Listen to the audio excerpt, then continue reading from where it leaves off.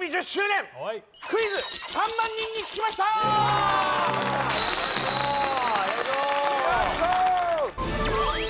今回は視聴者の方からいただいたもう一度見たい名場面、およそ3万票の中から人気ベスト10をメンバーが予想。2チームで正解ポイントを競い合い、勝利チームには記念のトロフィーが贈られます。前半戦の結果はこちらの通り。大差をつけられている工事チームは逆転できるのか。今夜はドブチームから樋口が1位と予想したのは、私はカエルとサソリを持つ貝。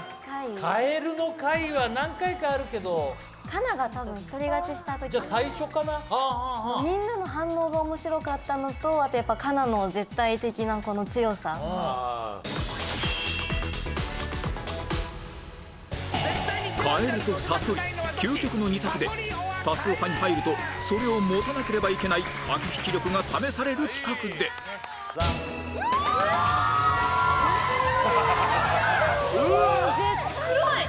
黒いね。黒い。どうぞ。すごいよねこれ。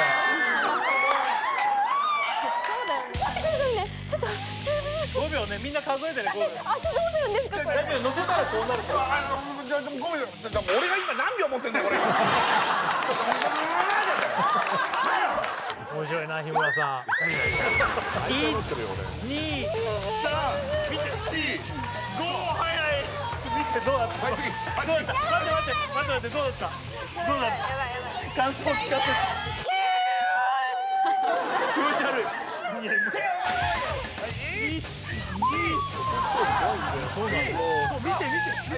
どうだった。はい、どうだった。どう感触は可愛いけど。さらにビリビリと爆発の2択で多数派のビリビリを4人で食らうはずが、コップ持つ人と端でピッてつまむ人どうする。このまんまでいい。やだ。じゃあみんなで話し合って決めて。なんで俺すぐ入ってくるの。面白いな。なんで俺入んなきゃいけない。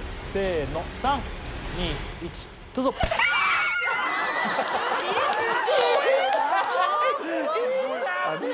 いやもうここ半端ないんだよ。ここドンなんだって。ドンってでマジ歯が一回全部抜けたの。面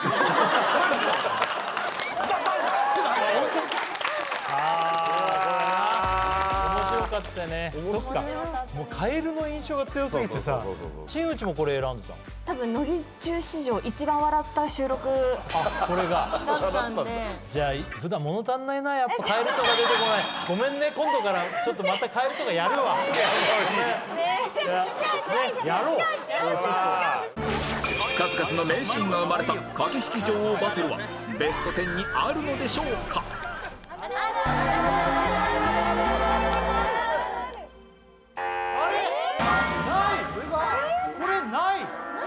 嘘ない。27位か。まあ上の方なんだけどないか。ヒット祈願なんですけども、氷瀑。なんかやっぱヒット祈願、そうですね、確かにヒット祈願系入ってるかもね。多分残ってる方多いと思うし、先日卒業発表したんですけど、その時に一緒に参加してた生駒さんから連絡が来て、なんか正直氷瀑よりしんどい仕事が辞めた以降もないから。あ、そうなんだ。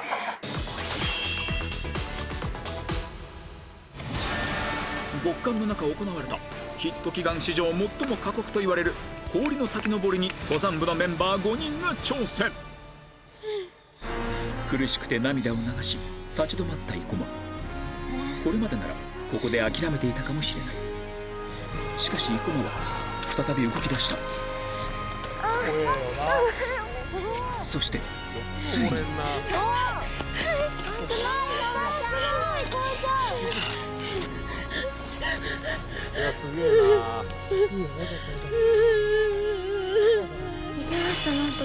その後も不可能と言われた氷瀑を次々と制覇していくメンバーたち。思いました。泣いちゃダメだと思ってやりました。私の番で途絶えさせるわけにはいかないと思って。諦めようと思わなかった。一回も思わなかったです。どんな状態でも張ってでもとりあえず上には行くっていうのは最初に決めてたから。そして一番遅れていた寺田は誰よりも時間はかかったがゴールが近づく。怖え。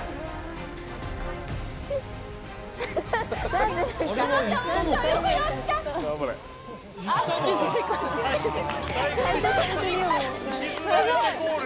初演末だから頑張ってってすごいみんなとかスタッフさんにもいっぱい心配かけちゃったのでなんか頑張んなきゃなと思って。17枚目シングルヒット祈願奇跡の全員成功。井上とかどうだった？こんなに細い子たちが一生懸命に山を登ってて、この曲が売れなかったら世間がおかしいと思う。まあね。いやいや買ってくれるよ絶なるほどね。氷瀑ね。こう改めて思ったんだけど、なんでこんなことやんなきゃいけない。言わないで。でもヒット祈願って結構スケジュールがタイトなんだよね。プレッシャーもすごいありましたし、秋元も登ってんだよね。あ、登りました、この日みんな初めてこの氷瀑に登るから時間がなくなってきちゃって、で最後もう日も暮れちゃうしこれ以上行ったら危ないから秋元申し訳ないんだけど時間ないから先生コース他の子と一緒に同じタイミングで登ってもらっていいって言われて、なんかこの人たちおかしいのかなって思ったんですけどでもまあここまで来たら登りきんなきゃいけないんで、まあ気力で登りました。いやみんなちゃんと登ったもんね。スタッフも最も過酷なロケに選ぶ氷瀑登りあるのでしょうか。あららららら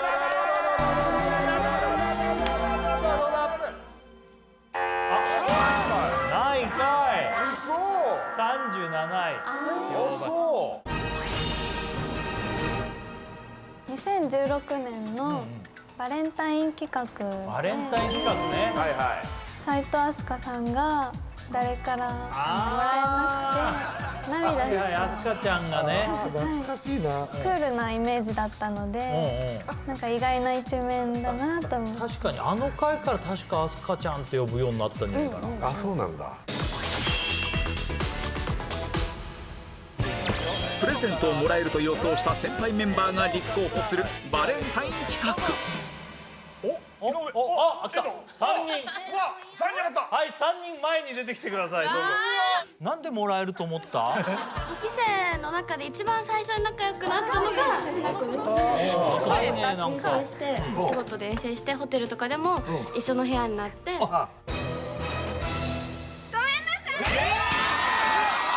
でしょ？嘘でしょ？この中にいないの？それでもめげずに再び立候補した斉藤飛鳥。チャレンジャーだね。また来たの？君この前来たよね。また来たの？欲しいんだもん。たまいたまいたまいたまい。これやだな。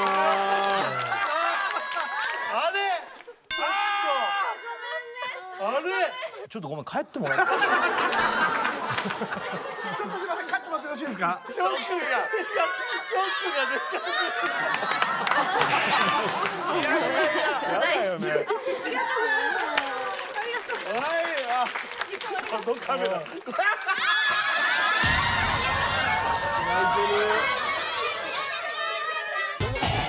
そしてズタズタの心で三度その舞台へ戻ってきたアンスカーは。いや、ナイス。いいね。振られ続けん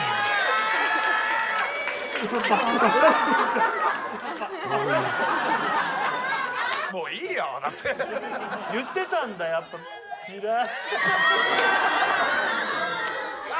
アスカちゃん。アスカちゃん。このアスカちゃんとか言ってるところからアスカちゃんになったの多分。この企画で斉藤飛鳥がこんなに一番注目されるとは思わなかった。面白いね。こんなキャラじゃない。ああ、確かにね、この回。飛鳥ちゃんは確かにこの回を起点になんか変わった感じあるよね。バナナマンさんの接し方とかもそうそう。だからやっぱこういう一個の企画でも何か印象残ったり、一回泣いちゃってあそこでもう心折れて出てこなかったら多分こんな感じになってなかったとか、あそこからもう一回来たから。もう一回があれが勇気あるんだよね。そうそう。人の不幸とか笑ってるけど、この時はもうずっとね振られまくって泣いちゃってっていうね。恥ずかしいしね。恥ずかしいね。これって結果誰かあげたんだっけ？次の3期生の時にもらってるもらってたかな。それ2期生は本当にアスカちゃんって本当2期生ほぼ2期生だよねとかって言われるぐらい仲良かったから本当にショックがでかくて自信あったんだね。本当にへこみましたね。そっか。どうですか？これ最近これはやってないからね。そうですね。やりたいこの企4期生やってないので来年の2月ちょっとやりたいなって思います。画。やばい、先輩がここからすげえ優しくしてくるから。斉藤飛鳥のターニングポイント、バレンタイン企画は何位なのか。いや私はこれ本当のこと言うね。本当のことを言いますと、もう本当に仲いいし、先輩の中でも一番自分のことを喋ってる先輩だったので、それこそこんな表立ってやることではないみたいな。数々の振られ名シーンを生んだバレンタインはあるのでしょうか。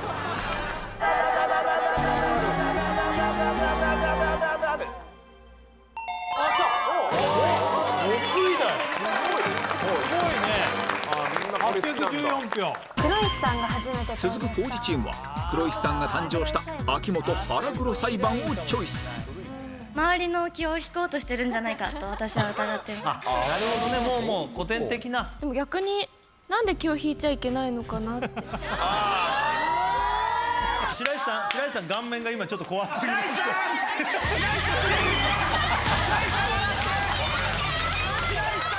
怖いなみんな。いやもう怖い、もう何にも私悪いことしてないのに怖すぎると。やばい、白石が今テレビの前でこうやってでもなんかただ一人だけずっと入った頃から変わってないキャラってすごいなって。まあね。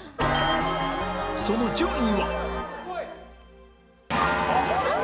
33位でランクインならず。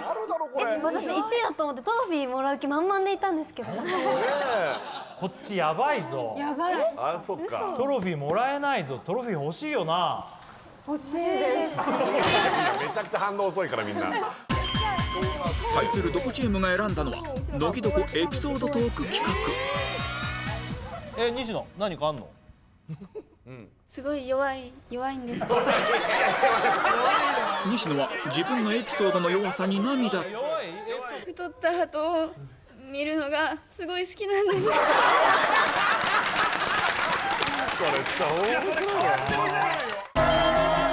その順位は43位でこちらもランクインならず。43位。この結果現在の得点はこちらの通り。どこチーム大量リードのまま終盤へ。私は、ビビリクイーン決定戦のいくちゃんがカエルを持つシーン。ああ、生田。そっか、さっきのカエル入ってないけどカエルはどっかで来そうだよね。はい。ビビリメンバーをチェックする企画でまずは楽屋での予選会に参加した向井はこれも怖い。リングインだな。もうどうしてあんなに中まで入ってくるの？ヘビが入った箱の中の文字を当てる企画ではみんな。いや、まあでも。さあ、どうぞスタートです。いきます。はい、どうぞ。まず何か。面白いな。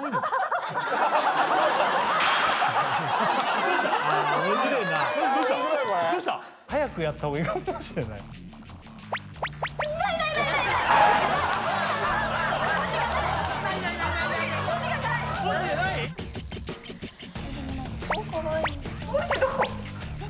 ヘビ顔が。もっともっと。何？オクラ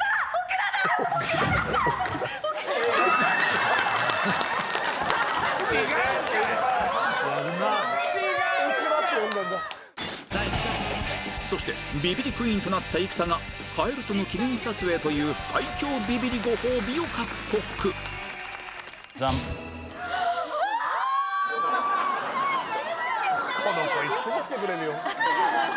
はい、これをですね、あ、ちょっと違うね。はい、これをですね、生田さん、生田さん聞いてもらっていいですか。聞いてもらっていいですか。あ、いい人、俺も持ってるよ。面白い。手をね、ここに出しといてもらって、であそこでカシャッといきますんで、ね。はい、行くよ。ちょっと待ってください。行くよ。日村さんがずっと持ってるから。一旦入って。これいっちゃう、いっちゃう、いっちゃう。はい、せーの、はい、チーズ、イエーイ、笑って。はい、オッケー。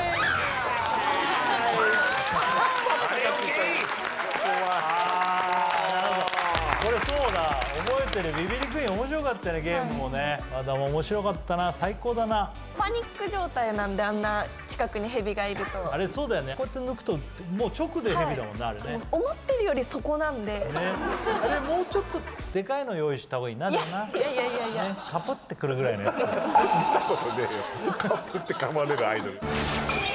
メンバーが体を張ったビビリクイーン決定戦はあるのでしょうか。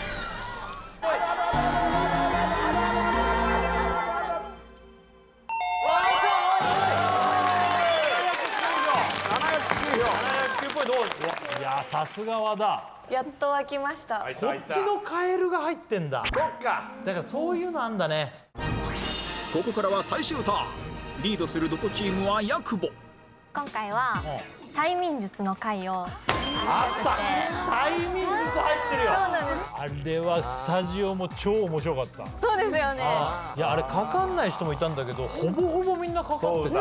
で、日村さんも他のところでガンガンかけられてるから、十文字先生の声聞くと日村さんもちょっと目がとろんって。本当。日村さんも予備催眠なしでかかってる。これかかるから。テレビで源斎さんが出てるだけでなんか本当なんだよ、俺これ。眠ってスッと力抜けるよ。これスッマジでと力抜けるよ。びっくりした。眠ってスッと力抜けるよ。眠って眠って日村さんのお尻に起こったことが自分のお尻に感じてしまう。おはようございます。これすごい企画だな。他の人たちにも。さあ連動するよ。どんどん連動するよ。ほらもっと強くなるよ。そしてヘビ嫌いを克服するためにまだかかってないわ。好きになって目が覚めるよ。おはようございます。めちゃめちゃ可愛い。ちょっと触ってみたら。ほら動けば動くほど可愛いんだよ。ほらああ、そうだ。ああ、そうそうだ。ものすごい可愛い。白石、じゃあちょっともう持っちゃう。うわわあ、すごい。ああ、すごい。ー、うわー、気持ち悪い。わあ、すごい。すげえ。溶けますこれ。気持ちいい。催眠かける。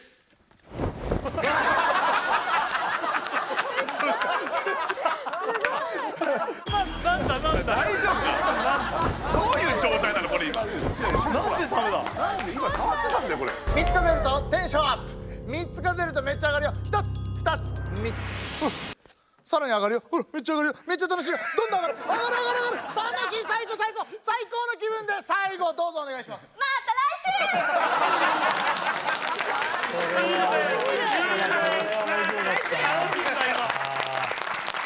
これ面白かったね。秋元かかってたよな。めちゃめちゃかかりました。私タランチュラを持ったんですけど、私今でももうちっちゃい子でも見ると泣いちゃうぐらい嫌いなのに、あの時触れたんで。いや、あれすごいよ完全にかな。かりました。与田はどうでしたこれ。私催眠術かけられたことないんですけど、なんかかかりやすそうだなって思うので、なんか結構信じてるので。あー、かかるんじゃん。信じない人は俺とか全然かかんないのやってもらったけど、でも十文字先生が言うには2人っきりで時間かけて密室とかになれば絶対かけれる。かかる。ちょっとやってもらいたいです。なんかこうやって見返すと面白いからまたやりたいよね。やってない人がいっぱいいるんだからさ。確かに確かに。スタジオ騒然の催眠術界が名場面1位なのか。衝撃の苦手克服催眠術はあるのでしょうか。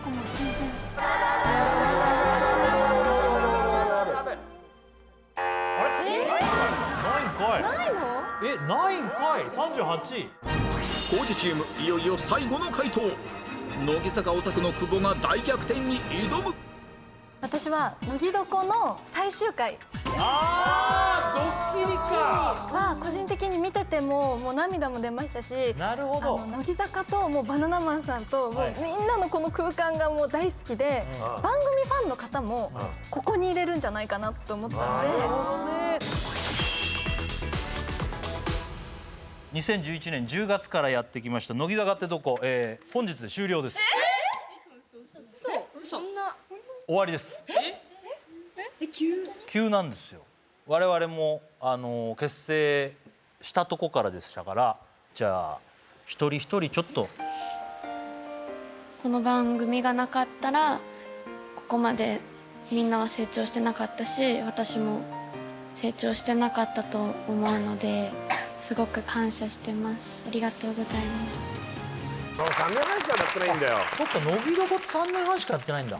いやこれはね本当に見事に決まったよね。嬉しかった、みんなが泣いてくれて。本当だよ、いい芝居したな横とかって。いや結構長い時間騙してるからさ。そうだよね。でもまだみんなこういうの慣れてないから。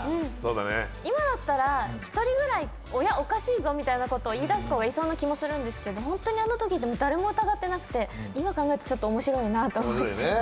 あすかちゃんもねいましたね。いましたね。やっぱ当時はあんまりグループとしてのお仕事もそんなたくさんあるわけじゃなかったから、自分たちの冠番組が終わったらもうじゃあグループもおしまいだと思って、もう終わったんだみたいな感じ。めっちゃ結構真剣に捉えてました。確かに3年半ぐらいで一区切りってありそうだもんね。そのなんかあそこでもよく噛まずにポロポロポロって正解のとこ言えたね。やっぱねより軽やかにあっさり言うっていうね。俺さあっさりパターンでさ、こんな感じでこれ明かすやつだったんだと思って。次ね、そして次回また新しい番組始まります。MC がバナナマンということで。これさ言えなくない？噛んじゃってね。俺思った、って言ってるなと思って。いいの出すわ、これ忘れてたわ。この乃木坂とバナナマンの番組やってきた絆的なね。そうなんですよ。自分で言うの恥ずかしい。絆が見える。そうなんですよ。10周年なので。入ってなかったらこれ何だったんだこの10年。果たして乃木坂最終回ドッキリの順位は？当時チームが選んだ最終回、最後に奇跡の大逆転はあるのか？